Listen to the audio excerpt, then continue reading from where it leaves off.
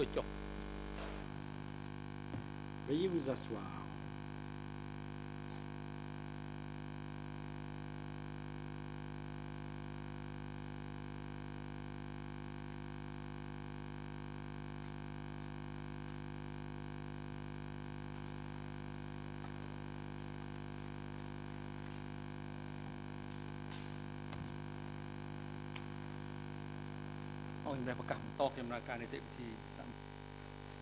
Le président.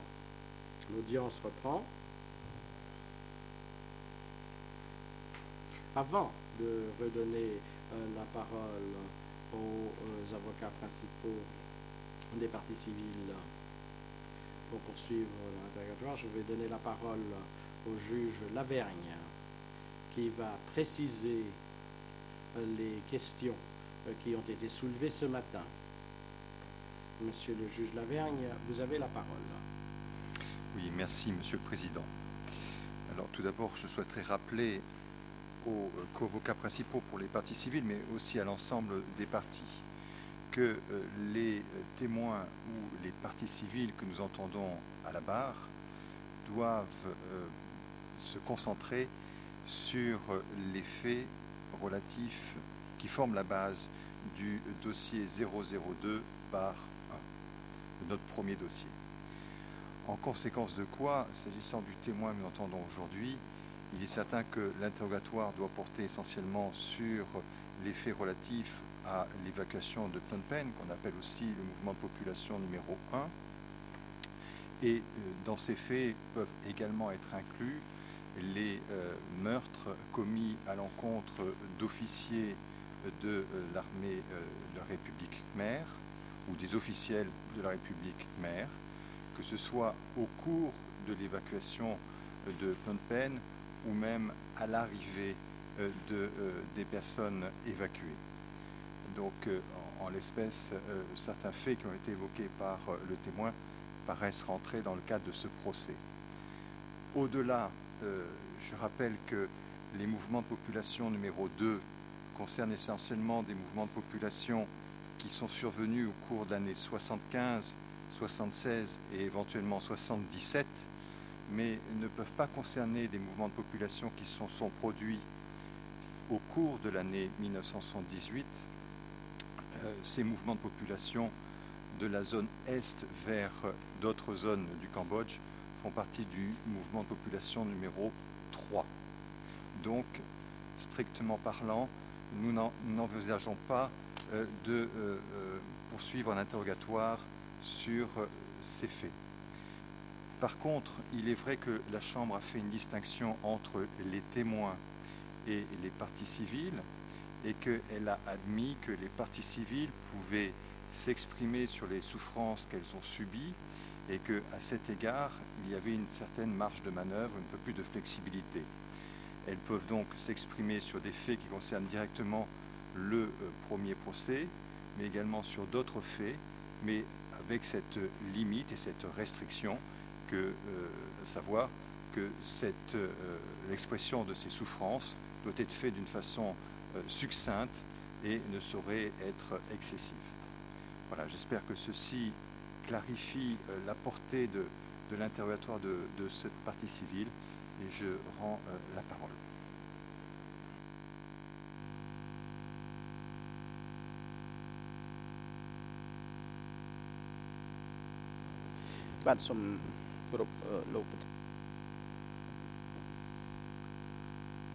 Bon après-midi, Monsieur le Président, Mesdames et Messieurs les juges, bonjour à tous dans le prétoire et en dehors.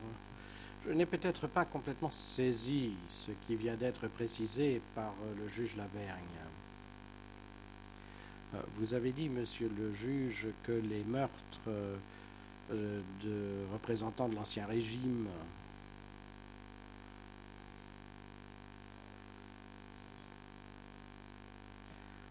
là où les parties civiles sont arrivées en faisait partie. Ma question est la suivante. Lorsque les civils arrivaient à un point donné et qu'ensuite ces personnes étaient persécutées car elles étaient considérées comme faisant partie du peuple nouveau, est-ce que ces faits peuvent être couverts par une question soit au niveau des parties civiles ou des témoins devant la Chambre?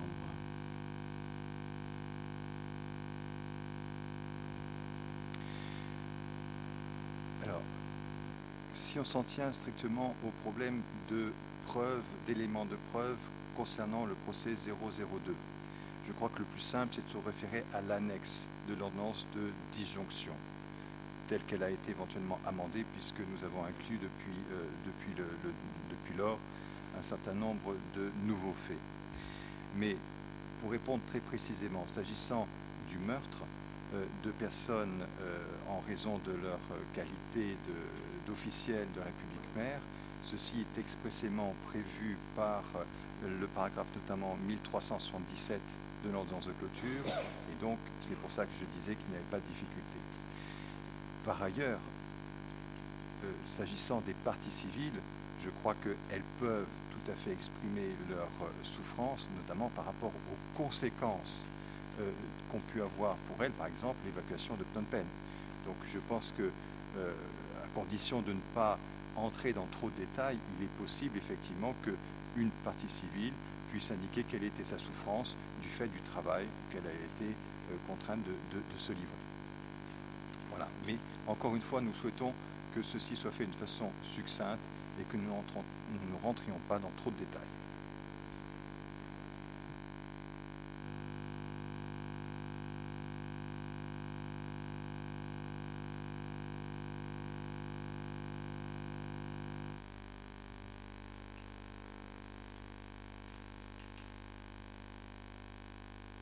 Partie civile. Eh bien,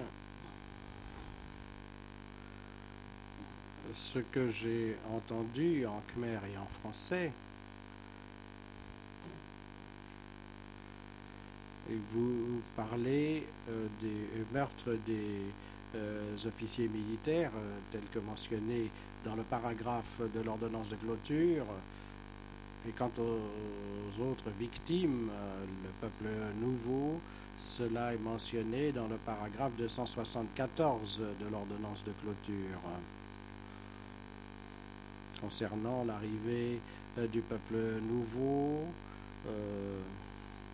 les interrogatoires pour établir leur biographie une fois arrivés à destination et le fait de placer ces personnes, ce peuple nouveau, dans les coopératives. Et ceci est plus spécifiquement lié à la deuxième phase. Pouvons-nous donc aborder ces faits tels qu'ils sont mentionnés dans l'ordonnance de clôture? Je n'ai pas compris, mais c'est peut-être une erreur de ma part, que la présente partie civile était concernée par le mouvement de population numéro 2. Donc, sauf erreur de ma part, je peux comprendre qu'elle était plutôt concernée par le mouvement de population numéro 1.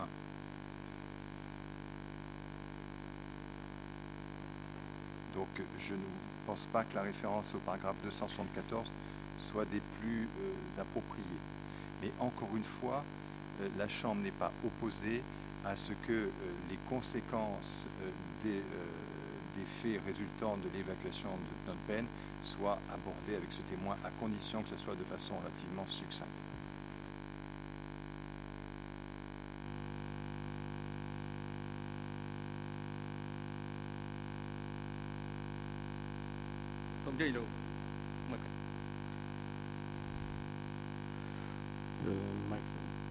Maître Canavas.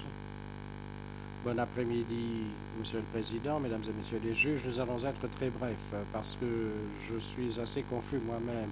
Il semblerait que les parties civiles désirent à certains moments, les conseils des parties civiles veulent que les parties civiles soient des témoins quant au fait, et à d'autres moments des parties civiles. Alors à ce moment-là, ils peuvent témoigner sans être sous serment, mais faire rentrer tous les faits qui ne sont pas liés au fait qu'ils sont des parties civiles, et puis revenir vers les parties civiles quand on parle de leur propre situation. Et je pense que c'est ce qui a été mentionné ce matin. C'est en tout cas ce que j'ai compris, émanant de l'équipe de Nonchia. Alors il nous faudrait des précisions.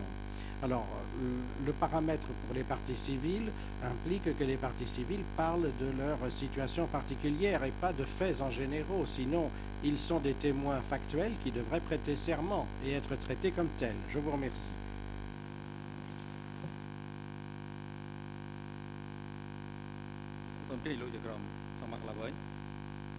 Le président, monsieur le juge Lavergne, je vous donne la parole. Oui, merci, monsieur le président.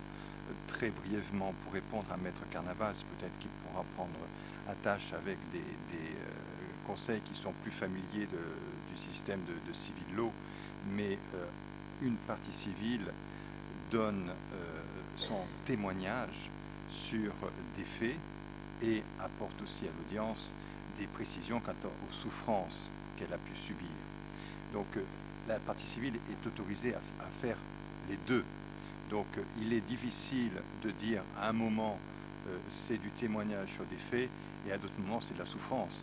Parfois certains faits sont à l'origine directe de la souffrance. Donc je pense qu'il n'est pas possible de saucissonner, entre parenthèses, une partie civile. Donc la partie civile témoigne sans avoir à prêter serment et elle peut témoigner à la fois sur les faits et sur ses souffrances.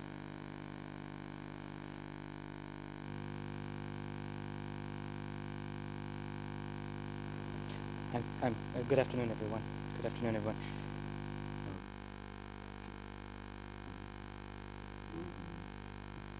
Bon après-midi. Est-ce que ce n'est pas ce qu'on a fait avec la partie civile précédente qui a témoigné sur les faits, qui a ensuite fait une déclaration? Est-ce que ce n'est pas précisément ce qui vient de se faire?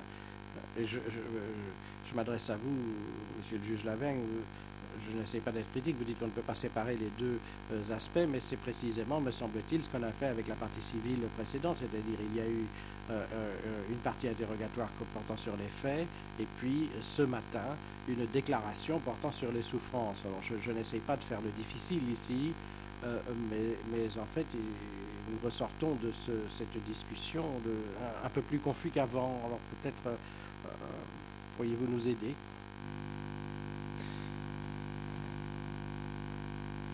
Je peux me permettre.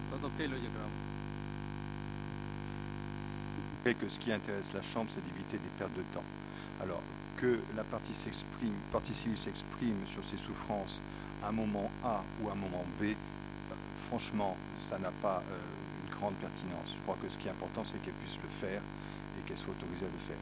Donc, qu'il y ait des questions qui soient posées et que ces questions dévient sur les souffrances, ça peut-être évitera ensuite que la partie civile ait à faire un long exposé après avoir été entendue. Donc je ne pense pas qu'il y ait de difficulté.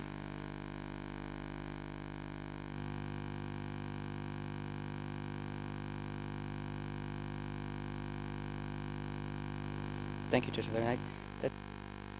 Je vous remercie, monsieur le juge, de soulever ce point parce que mon collègue a été critiqué ce matin pour être intervenu à un moment jugé inopportun par le président. Donc je voudrais que les choses soient claires afin que l'on sache exactement de quoi il retourne, ce que nous avons le droit de faire et quand nous avons le droit de le faire. Parce que mon collègue, Maître Sanyahoun, s'est levé ce matin à tenter de faire une intervention et il a été grondé par le président. Car il n'avait pas fait attention à ce qui avait été dit vendredi. Alors pour nous, c'est simplement une question de clarté. Nous voulons savoir ce qui se passe, quand est-ce que nous participons, comment pouvons-nous participer. Je n'essaye vraiment pas d'être difficile, j'essaye simplement d'avoir suffisamment de clarté quant à la ligne que nous pourrons suivre.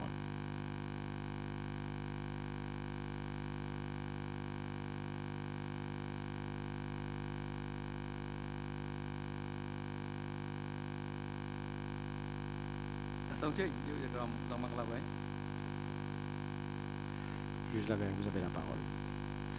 Je pensais avoir été clair, mais apparemment ce n'est pas le cas.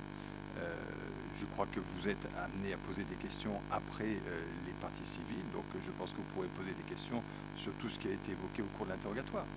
Je ne vois pas de difficulté, mais encore une fois, s'il s'agit de problèmes qui relèvent simplement des souffrances, ce n'est pas forcément très pertinent et je crois que c'est effectivement, il serait préférable de réserver ça pour la phase après l'interrogatoire.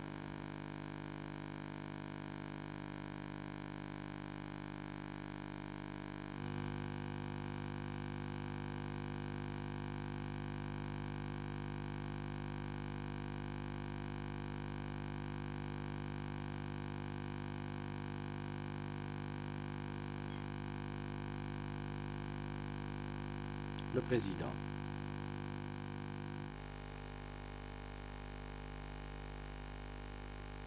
Conseil pour la partie civile. Veuillez poursuivre et poser vos questions. Conseil pour la partie civile. Merci, Monsieur le Président. Je poursuis donc mon interrogatoire de la partie civile.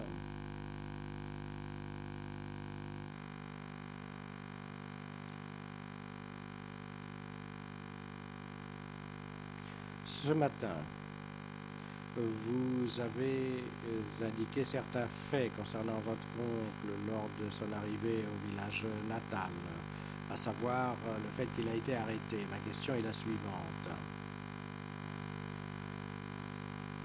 Que lui est-il initialement arrivé lors de son retour dans son village natal?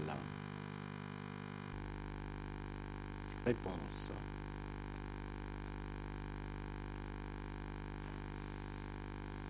J'avais deux oncles amis et Son. Je ne savais pas grand-chose de l'oncle Son, mais pour mon oncle Mitt, je connaissais certains faits. Les deux avaient été arrêtés avant mon arrivée. Oncle Mitt avait été arrêté et placé en détention dans le village.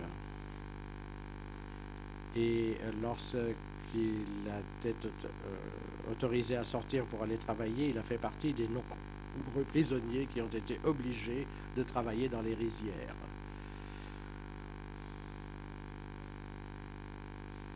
Donc, il était détenu au centre de détention sécuritaire du village de Samran et il ne sortait que pour labourer ou tirer la charrue. Et en fait, il a été utilisé en remplacement d'un buffle pour tirer la charrue. C'est ce que j'ai pu constater de visu lorsque je l'ai vu travailler dans les rizières au centre du village. Question. Permettez-moi de préciser les choses. Donc, il était affecté au labour en remplacement d'un buffle. Est-ce que c'était dans les rizières? Réponse. Un jour, l'encart l'a obligé à tirer la charrue du village de Samkar à mon village, Bay, et ensuite, il a dû également récolter du bois brûlé. Je l'ai vu à son arrivée et à son retour, car il est passé devant ma maison et il portait le joug d'une charrette et un autre prisonnier était sur l'autre moitié du joug et un troisième poussait la charrette. Et il faisait cela sous la surveillance d'un milicien. Question. Savez-vous pour quelle raison il avait été arrêté? Réponse. Tout comme mon père, il avait des liens avec le régime Lon Nol, car il était un officier de l'armée. En fait, il était resté dans les zones libérées pendant 2 ans. Il a été poursuivi, puis pour être arrêté, il s'était donc enfui avec mon père. Et lorsqu'il est arrivé au village, il connaissait déjà son passé et c'est la raison pour laquelle il fut arrêté. Question. Vous avez dit que le cas de votre oncle était comparable à celui de votre père. Alors ma question est la suivante. Qu'est-il advenu de votre père? Réponse. Et comme je l'ai indiqué ce matin, lors de l'arrivée au village natal, mon père a dû effectuer les travaux auxquels il a été obligé de participer sous ordre de l'encart et au bout d'un certain temps, il a été emmené pour rééducation. Mais je n'étais pas au courant de cela, ce n'est que plus tard, en revenant de mon propre travail que j'ai appris qu'il avait été emmené aux fins de rééducation. Il a donc disparu.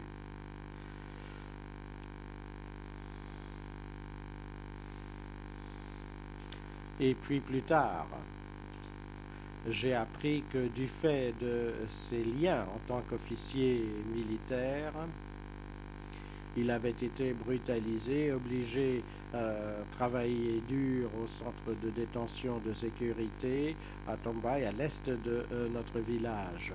Au début, il a été placé à la pagode de Bati. Diverses personnes m'ont informé de cela.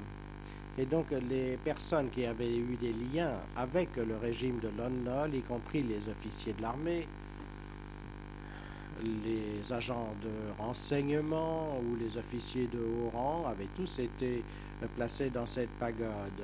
Les personnes ordinaires n'avaient pas le droit de pénétrer dans la pagode. Ils étaient enchaînés dans la pagode, suite à quoi ils furent emmenés vers un autre village. Question.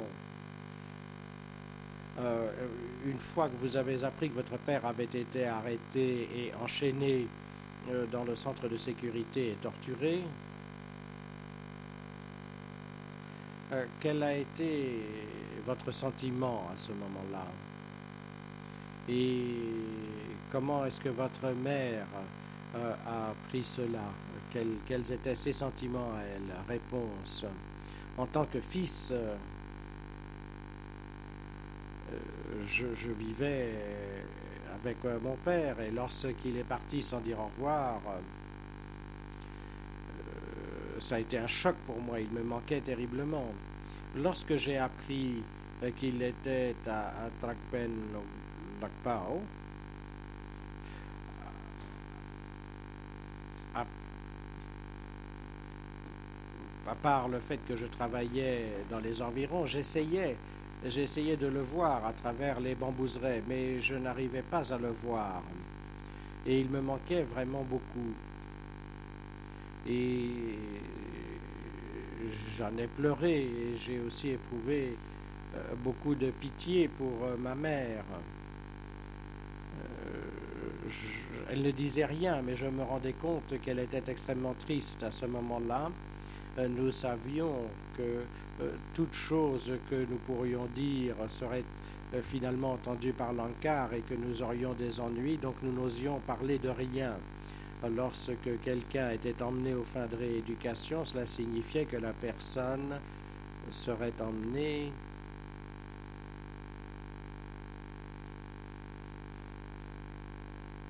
et nous n'avons obtenu ces informations que de la part de personnes du peuple de base qui nous aimaient bien et qui nous l'ont dit. Jusqu'à aujourd'hui, et même aujourd'hui, lorsque je pense à lui, je suis très triste.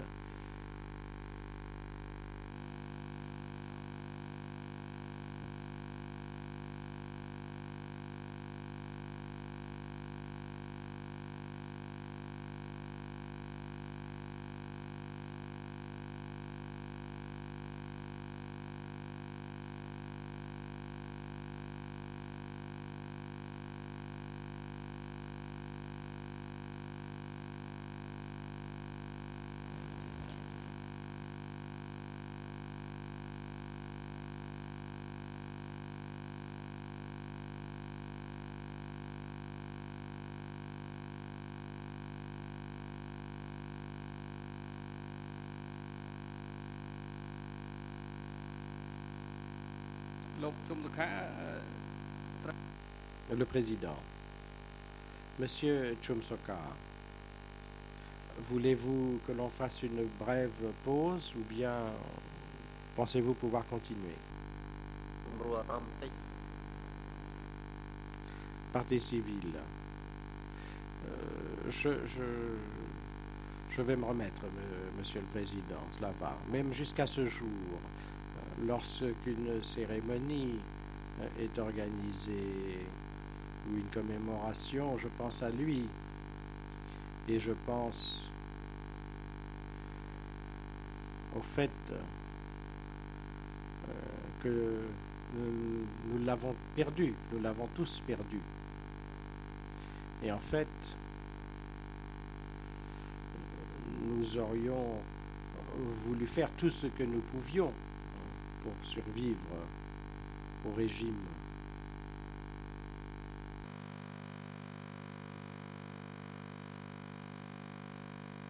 Conseil des partis civils, est-ce que je puis vous poser une autre question?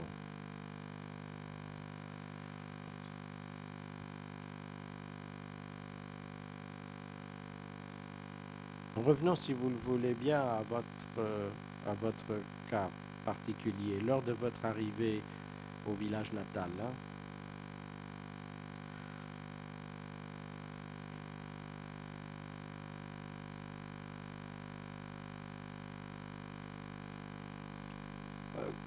qu'est-ce que l'on vous a demandé de faire?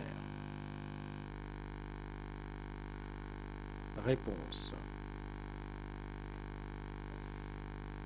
À mon arrivée, j'ai été placé dans la coopérative et je travaillais quotidiennement entre 7 heures du matin pour creuser un canal, construire un barrage pour le village, et à d'autres moments on me faisait couper des branches de palmiers, travailler dans les rizières. J'ai fait tout ce que l'on me disait de faire. On m'a également fait épandre de l'engrais naturel, du lisier humain, donc des déchets fécaux humains. Le matin, on me faisait transporter l'urine et les déchets fécaux de chaque habitation pour en faire de l'engrais. Pendant le régime Khmer Rouge, l'ANCAR nous avait ordonné de conserver les déchets fécaux et l'urine le soir afin qu'ils puissent être collectés le matin pour en faire de l'engrais, et j'étais chargé de transporter cela tous les matins.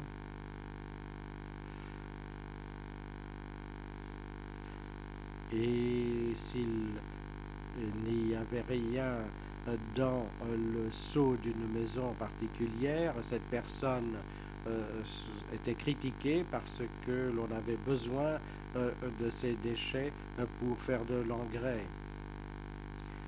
Et comme vous le savez, ces déchets fécaux frais sentaient très mauvais, et parfois nous étions obligés de les entreposer pour qu'ils se décomposent afin de se transformer en engrais. Le peuple du 17 avril et une des personnes de base qui étaient arriérées a été assigné pour travailler avec moi pour assurer le transport parce que l'odeur était trop forte, et donc on devait placer un mouchoir ou une écharpe devant notre nez pour pouvoir éviter l'odeur, et on a été critiqué pour avoir fait cela. Ils nous ont critiqués, et le soir, lorsque nous mélangions les déchets fécaux, il fallait ensuite les mettre à sécher, puis les récolter à nouveau à la main. Et lors de l'épandage dans les rizières, l'épandage se faisait à la main également.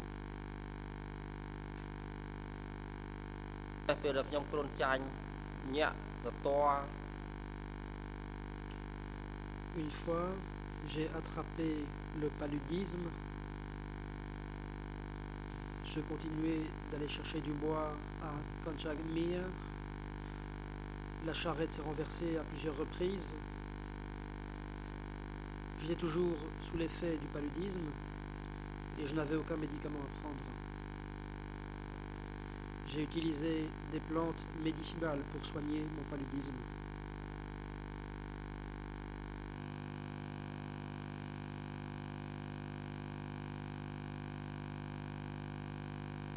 Le président interrompt. La parole est à l'avocat international de Nuon Chea. La défense. Merci, Monsieur le Président. à nouveau désolé d'interrompre le témoin. Je sais qu'on va me présenter comme étant le méchant, mais je fais de mon mieux pour que nous restions dans les limites de la pertinence. Monsieur, je suis désolé que ces choses que vous nous révélez se soient déroulées, comme vous dites que ça a été le cas. Nous en sommes ici dans un certain cadre. Nous parlons en effet du travail forcé. Or, le travail forcé ne relève pas de ce procès. Laissez-moi vous dire une chose. Le président interrompt. Pourriez-vous être plus précis? Quelle est la question posée que vous contestez, ou quelle partie de la question posée contestez-vous? Vous n'êtes pas censé donner des instructions à la partie civile. Vous pouvez contester tel ou tel aspect d'une question et émettre une objection. Auquel cas, la Chambre se prononcera.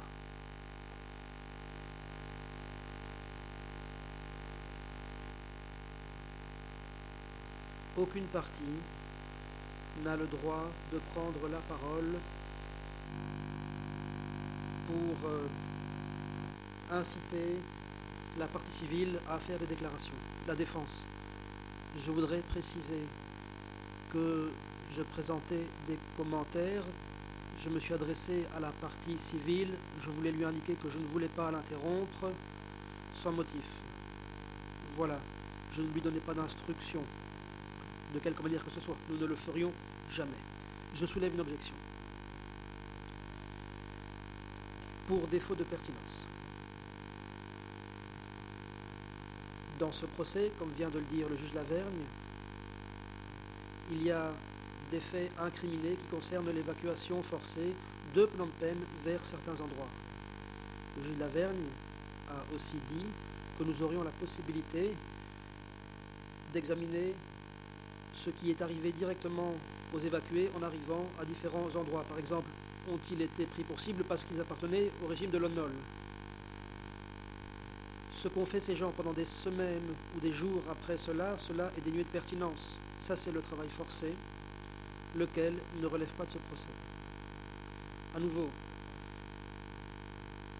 les parties civiles sont des parties, comme elles l'ont rappelé elles-mêmes. Elles ont donc une relation avec leur avocat. Nos propres observations sont présentées au nom de notre client et les avocats devraient se concentrer sur leurs clients. La partie civile a des avocats. Il y a donc un lien entre la partie civile et ses avocats. Et ici, nous n'en sommes pas à l'évacuation de Phnom Penh. Et à nouveau, monsieur, désolé d'avoir interrompu votre déposition.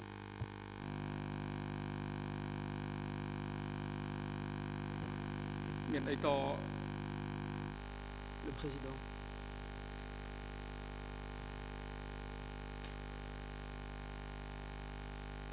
L'avocate des parties civiles souhaite-t-elle répondre à l'objection soulevée par la défense de Nguyen Chia, maître Tsrima? Merci, monsieur le président. Je vais brièvement répondre.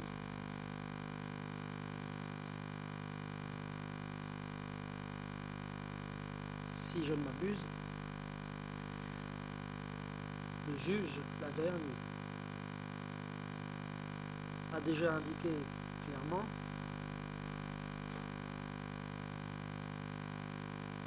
que les questions posées doivent être en rapport avec les déplacements de population phase 1 et 2.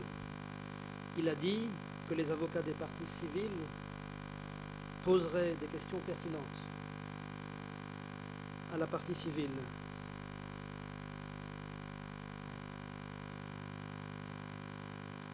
La partie civile n'a pas le même statut qu'un témoin.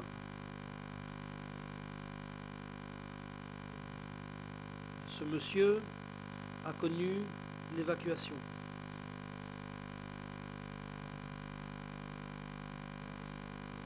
Mes questions n'ont pas été très détaillées.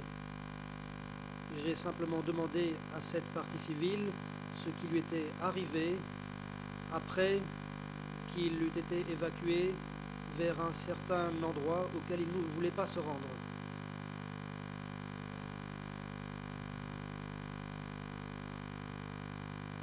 Ces événements sont liés entre eux. Et je ne comprends pas pourquoi l'avocat de la défense a soulevé une objection.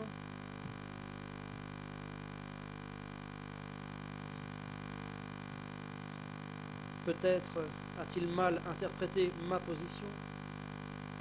Peut-être a-t-il mal compris les indications données par le juge Lavergne. Quoi qu'il en soit, j'invite le président à m'indiquer si je peux poursuivre ou non mon interrogatoire. Le président. Une réponse a déjà été donnée. L'avocat de Nuonchea a fait des observations.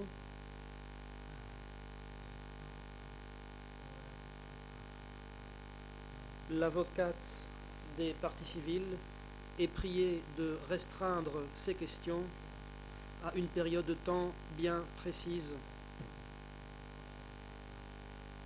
Il faut éviter de poser des questions qui s'écartent de la période pertinente.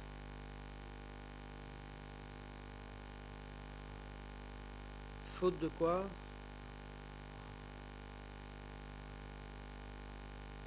nous risquerions d'examiner des faits qui s'étendent sur toute la durée du Kampuchea démocratique. Or, il s'agit ici des transferts de population et certains évacués ont pu rester quelque part quelques semaines, d'autres ont pu marcher plusieurs journées avant d'arriver à leur destination.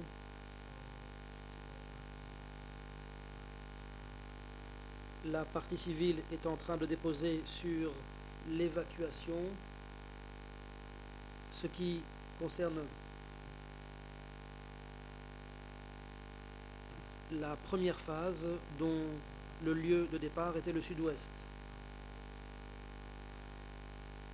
La Chambre prie l'avocate de poser des questions précises portant sur la période pertinente. La partie civile. Merci, monsieur. L'avocat de la partie civile. Merci, monsieur le président. ខ្ញុំសូមសួរលោកបកតក្រោយបន្តិចតាក់ទងទៅនឹងហេតុការណ៍ដែលបានកើតឡើងនៅថ្ងៃដំបូងដែលកងទ័ព J'aimerais revenir quelque peu en arrière et évoquer les jours qui ont suivi la prise de Phnom Penh par les Khmer Rouges.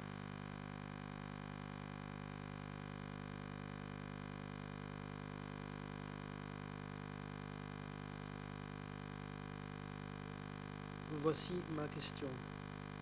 À ce moment-là, où habitiez-vous? Est-ce que vous vous rappelez où vous étiez à ce moment-là?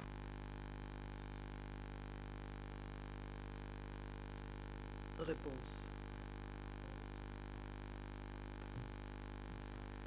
J'habitais à Pochentong. Les combats étaient âpres. Des Khmers rouges ont attaqué cet endroit. Et ma famille a décidé d'aller se réinstaller à Boré Kaila.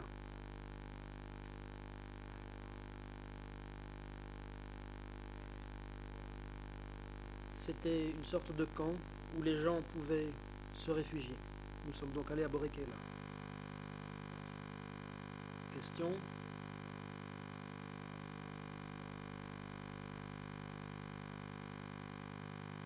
De quels événements avez-vous été témoin à Boré Kaila? Réponse. Comme je l'ai déjà indiqué, à Boré Kaila, j'ai travaillé en tant que soldat de l'ONOL à la veille du 16 avril. Nous sommes allés à Phnom Penh, je suis allé chez mes parents, et le matin du 17 avril, vers 7 heures, je me suis mis à marcher en direction d'un hôpital.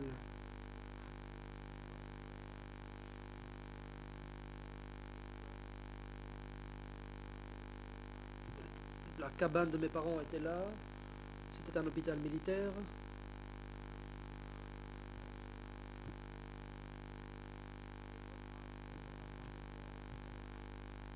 Et il y avait aussi un terrain de volley-ball. Et à présent, c'est le siège de la chaîne de télévision TV5. Là-bas, j'ai vu des blessés, j'ai vu des infirmiers qui s'affairaient pour soigner les blessés. Ceux-ci étaient des soldats Khmer rouges et il y avait aussi des soldats de Lon Nol. J'ai vu 2 soldats Khmer rouges qui étaient blessés aux bras et aux jambes. Ils étaient grièvement blessés. Je me suis déplacé et je me suis demandé quels médicaments étaient utilisés. Un soldat Khmer rouge a demandé lui-même à un infirmier quels médicaments étaient disponibles et seraient prescrits. L'infirmier lui a répondu que les médicaments appartenaient aux Américains et que malgré la gravité des blessures du soldat, il ne pouvait pas lui donner de tels médicaments parce qu'il pensait que ces médicaments appartenaient aux impérialistes, raison pour laquelle il ne pouvait pas soigner ce blessé, indépendamment de la gravité de ses blessures. J'ai aussi vu que de nombreux blessés arrivaient à l'hôpital. Vers 9 h du matin, les Khmer rouges avaient pris pleinement le contrôle de Phnom Penh. Après un certain temps, je suis retourné à l'hôpital. À ce moment-là, il n'y avait plus d'infirmiers. Il n'y avait que des patients agonisants.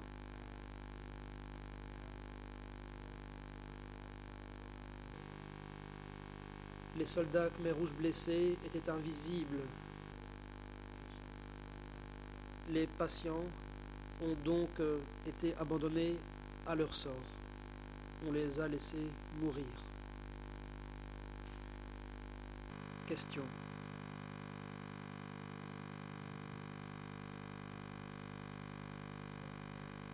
Quand les Khmer rouges sont arrivés,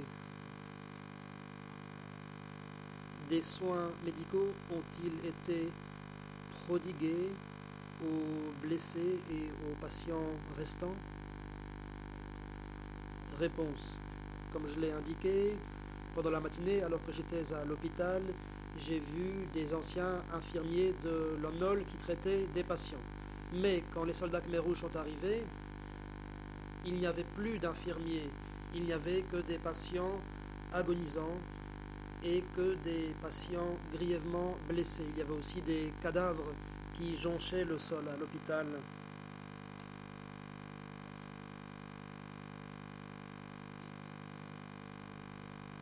Question. Les soldats Khmer rouges ont-ils apporté une assistance médicale aux patients de l'hôpital? Réponse non. Il n'y avait pas d'infirmiers Khmer rouges à l'hôpital. Il n'y avait que des patients.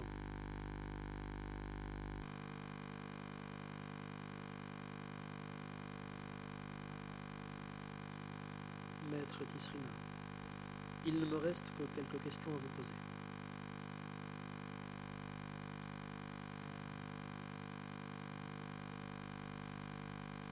Vous avez connu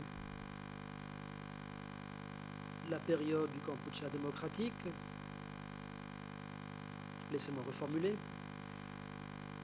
Quand vous êtes arrivé dans votre village natal, qu'est-il advenu de vous? Réponse. En arrivant au village de Tbong-Kadei, qui est mon village natal,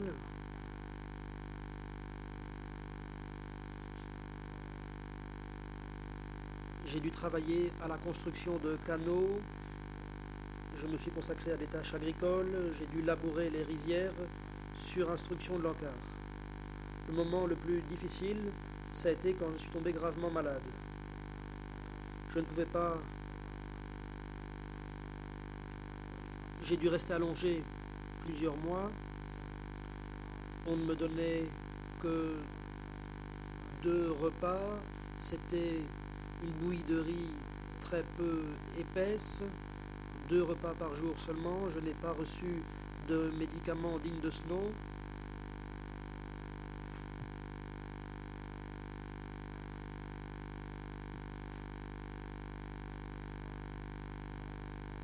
On ne m'a donné que ce qu'on appelait les crottes de lapin.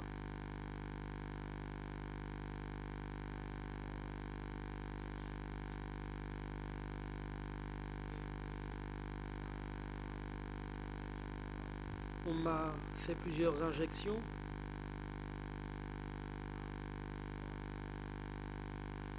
On m'a injecté du liquide qui venait d'une bouteille.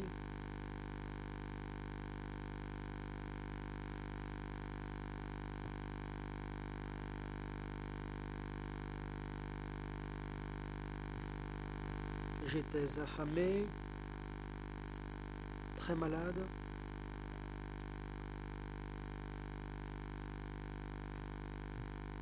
Et je devais travailler jusqu'à 22 heures, tous les jours.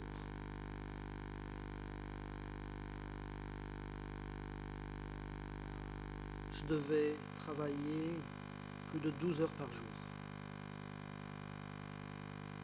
Question. J'en viens à ma dernière question. Avez-vous jamais entendu parler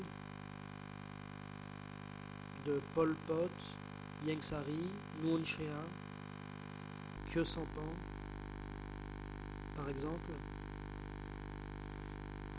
Réponse. J'ai entendu citer ces noms, j'ai aussi vu ces personnes. En effet, au village, il y avait un haut-parleur qui était accroché au faîte d'un tamarinier. Nous entendions des émissions radio qui portaient sur la ligne politique du parti. La composition de l'Assemblée nationale a également été annoncée à la radio. Nous avons entendu que Pol Pot était le secrétaire du parti et nous avons entendu les noms des autres ministres, y compris le nom de M. Khieu Samphan, de Ieng Sary et de Nuon Chea.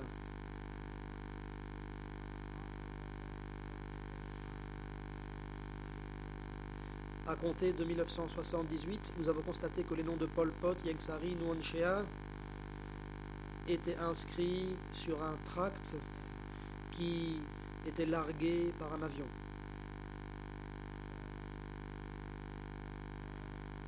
Ces tracts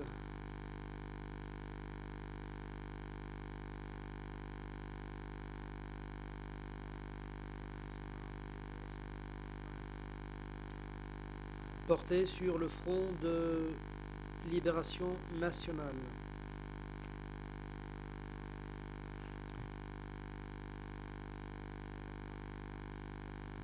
Il y était question d'une clique génocidaire composée de Pol Pot, Khieu Samphan et des autres personnes.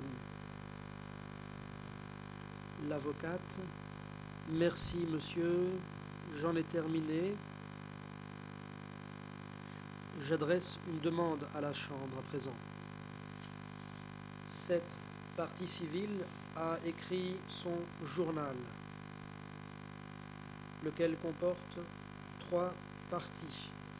Ce journal a déjà été placé au dossier.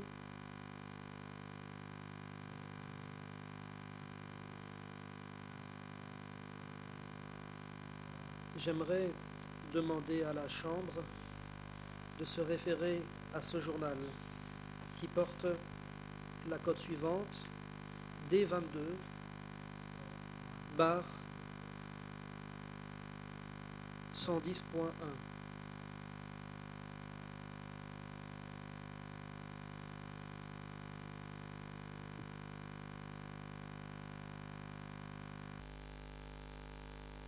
Le président.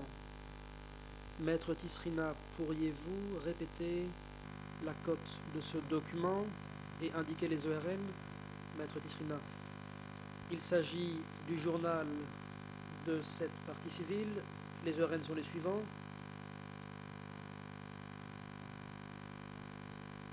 « 00 35 95 58 jusqu'à 96 83. Ça, c'était pour la première partie. Pour la deuxième partie,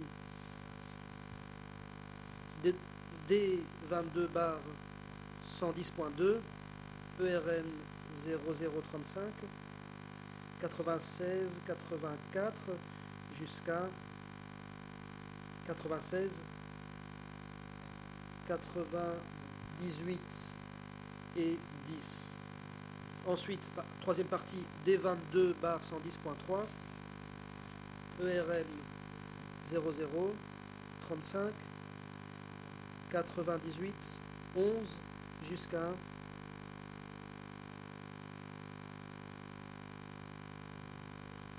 0035 98 80.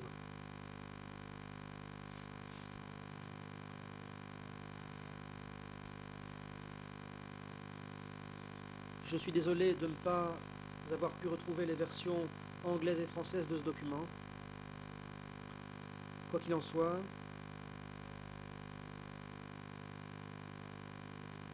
je demande que ce document soit traduit dans ces deux langues. Ce journal nous donne des informations plus détaillées que celles qui ont été présentées dans le prétoire.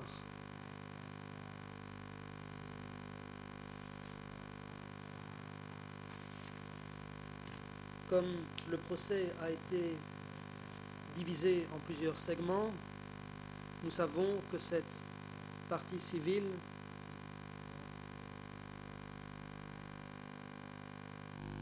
n'est pas en mesure de donner autant de détails que ceux qui figurent dans son journal. J'en ai terminé. Merci, mesdames, messieurs les juges. J'aimerais laisser la parole à ma consoeur, le président, Maître Simonofort, je vous en prie, allez-y. Oui, merci, Monsieur le Président. J'avais juste quelques petites questions de suivi à poser à ce monsieur. Monsieur, vous nous avez expliqué qu'on vous avait demandé de quitter Phnom Penh parce que Phnom Penh allait être bombardé. Et vous avez dit aussi que vous reviendriez 3 jours plus tard.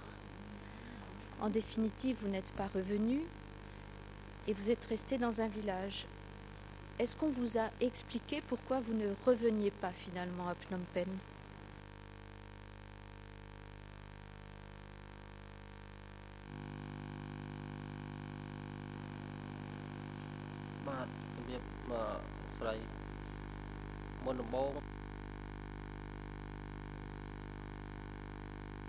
Initialement, l'ANCAR nous a demandé de quitter Phnom Penh pour 3 jours.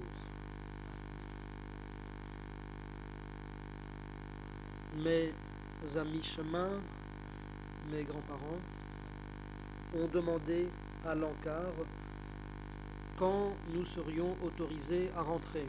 La réponse a été que 7 jours plus tard, nous pourrions rentrer, une fois que l'ennemi aurait été dissipé. Ensuite, la question a été reposée, mais nous n'avons pas pu rentrer en ville. On nous a laissé aller dans notre village. Donc, la promesse comme quoi ça allait durer quelques jours, ça s'est transformé en 3 ans, 8 mois et 20 jours. Nous n'avons jamais pu contester cela, nous n'avons jamais pu obtenir d'explication, nous avons simplement dû obéir aux ordres et nous déplacer d'un endroit à l'autre. Quand nous sommes arrivés dans notre village, nous avons compris qu'en réalité, l'évacuation n'était pas due à des bombardements. En fait, nous avons compris que nous devions quitter la ville pour effectuer des travaux agricoles. Et ce, conformément au plan de l'ANCAR qui visait à produire 3 tonnes par hectare. Tout à l'heure, vous avez parlé du peuple de base. Vous avez utilisé ce terme peuple de base. Qu'est-ce que c'était le peuple de base?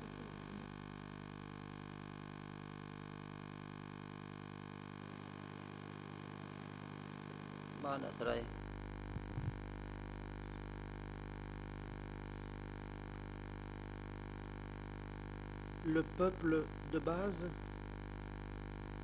c'était les gens qui avaient vécu en zone libérée depuis la période de guerre qui a duré de 1970 à 1975. Et vous, les personnes qui étaient transférées de Phnom Penh, on vous appelait comment?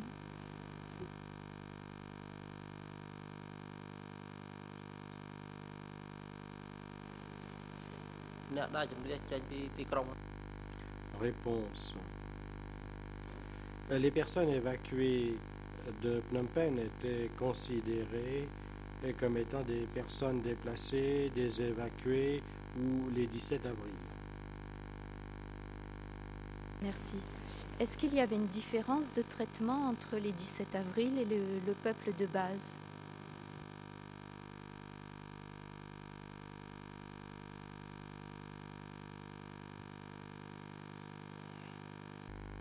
Réponse.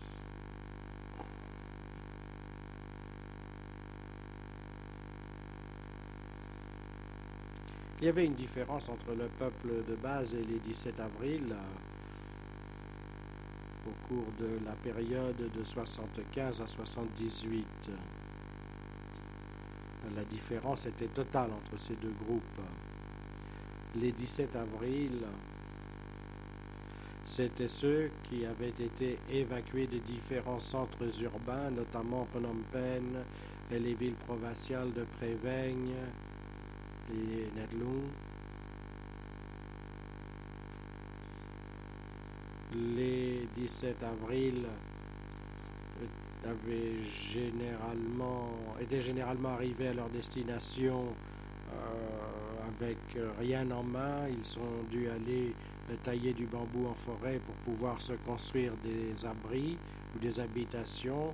Quant aux rations de riz, le peuple de base avait le droit de garder le riz non décortiqué dans leur logement, mais les 17 avril n'avaient pas le droit de garder le riz là où ils vivaient.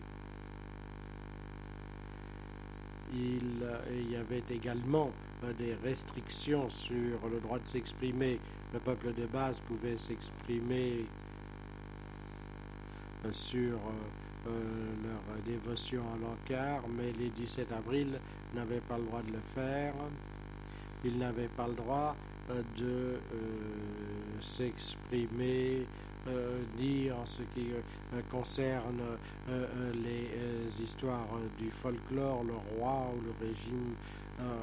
Dès lors que l'on nous entendait parler de cela, on était critiqué et le peuple de base nous surveillait. Il y avait différents groupes, y compris les milices et les groupes de femmes qui surveillaient nos activités pour déterminer si nous travaillions assez dur, si l'on sacrifiait ses effets personnels, ce qui nous appartenait. Ça signifiait que nous devions tout sacrifier, nous devions abandonner tout ce qui nous appartenait et nous ne devions conserver qu'un minimum de vêtements, un jeu de vêtements, une couverture et un ou deux ustensiles, y compris une vieille marmite ou un petit bol et une cuillère. Mais le peuple de base, quant à lui, avait accès à des instruments et des services plus efficaces. Il y avait également des restrictions au mouvement. Le peuple de base pouvait se déplacer assez librement, tandis que les 17 avril ne pouvaient pas se déplacer d'un village à l'autre sans l'autorisation de l'ANCAR. Et si l'on voulait le faire, il fallait se rendre secrètement vers un autre village pendant les pauses, par exemple.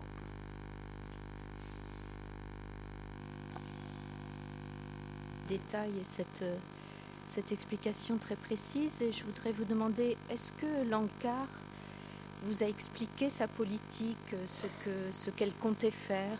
Est-ce qu'il y avait des réunions pendant lesquelles on vous expliquait cela et que vous disait-on?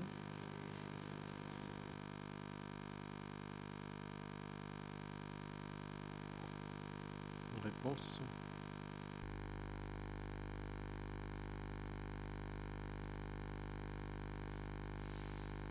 Tous les soirs, il y avait une réunion de groupe obligatoire selon les ordres de l'ANCAR. Cela s'appelait une réunion de vie où on se critiquait les uns les autres et on déterminait si les critères fixés par l'ANCAR avaient été atteints. Si on n'avait pas atteint les quotas, il fallait expliquer les raisons de cet échec et il fallait s'engager à atteindre les normes du plan fixé par l'ANCAR. On était critiqué sur place si l'on n'adhérait pas au plan fixé par l'ANCAR. On nous accusait de ne pas aimer l'ANCAR ou de faire obstruction à la volonté historique de l'ANCAR.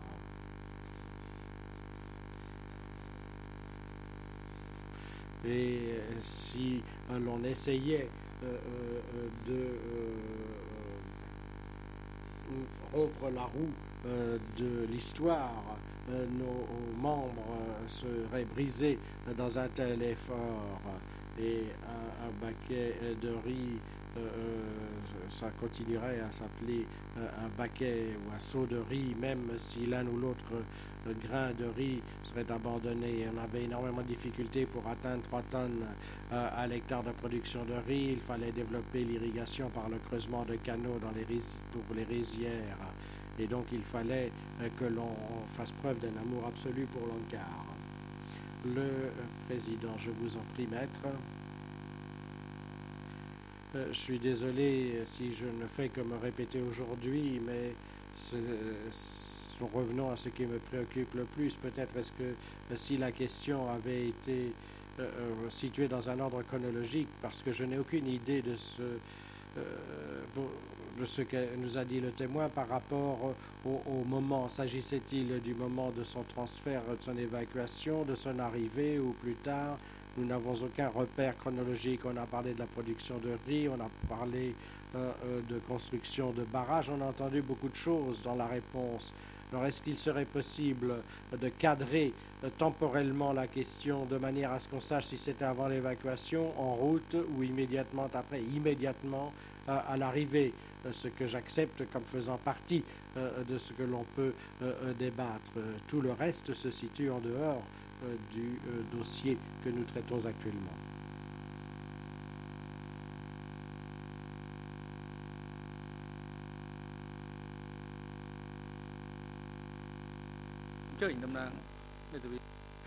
Le président. Co-avocat principal des parties civiles, désirez-vous répondre à l'objection soulevée par le Conseil de la Défense? Si c'est le cas, vous avez la parole. Monsieur le Président, je dirais simplement qu'il était évident que ce monsieur parlait du moment où il était déplacé dans son village après le transfert forcé. Et mes questions avaient pour objet d'essayer de comprendre les objectifs de ce transfert forcé et ce qui est arrivé à la suite de ce transfert forcé. Je n'ai plus de questions, Monsieur le Président, je vous remercie. Et je remercie également, puisque je suis debout, cette partie civile pour ce qu'il a pu nous apporter de précieux dans ce débat.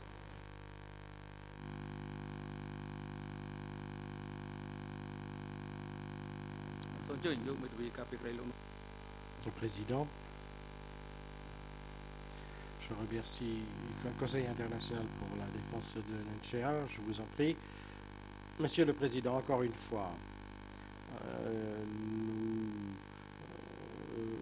devons faire acter ce qui ne peut pas être dit. Il nous faut avoir des références chronologiques dans tout ce qui est dit. Cela me semblait extrêmement imprécis. Et je parle de précision et de rigueur. Et lorsque l'on reviendra vers le compte-rendu, lorsque vous, mesdames et messieurs les juges et monsieur le Président, vous devrez étudier dans 1 an ou 2 ans ces manifestes, eh bien, en fait, ces repères n'existeront pas dans le compte-rendu.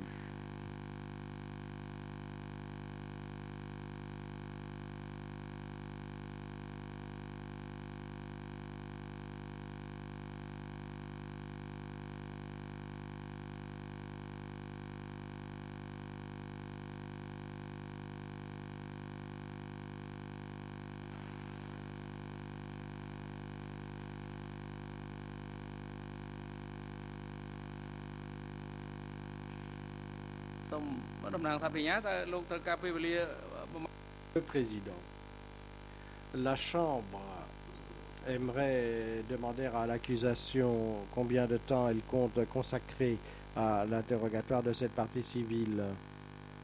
Le Conseil, ou plutôt l'accusation. L'accusation n'aura besoin que de 30 à 40 minutes pour poser ses questions à cette partie civile. Le Président, je vous remercie. Le moment est venu de procéder à une pause de 20 minutes. Nous reprendrons à 15 heures.